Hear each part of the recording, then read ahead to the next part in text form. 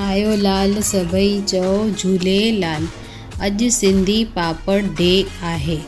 हिकिड़ी चवणी आहे सिंधी साईं पापड़ खाई। सिंधियुनि जो पापड़ सां रिश्तो सिंध खां वठी आहे। सिंधी माण्हू वापारु करण लाइ घर खां ॿाहिरि वेंदा हुआ। सिंध हिकु गरम जॻह आहे। गर्मीअ में कंहिं ॿाहिरां अचे त उनखे डिहाइड्रेशन न थिए, इन लाइ पहिरियों पापड़ ॾेई पोइ पाणी ॾींदा हुआ। पापड़ में लूणु ऐं कारी मिरियूं हूंदियूं आहिनि, उन सां डिहाइड्रेशन कोन थींदो आहे।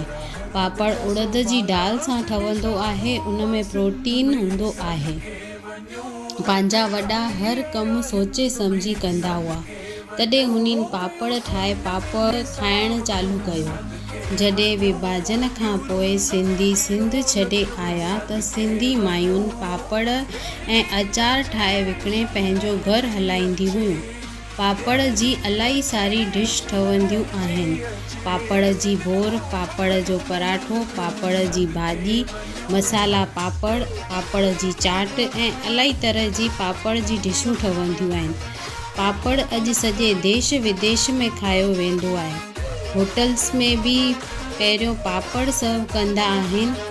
अचो त गॾिजी पापड़ डे सेलिब्रेट कयूं। पापड़ सिंधीअ जी शान, हर घर जी पहचान। हैप्पी पापड़ डे। जय झूलेलाल।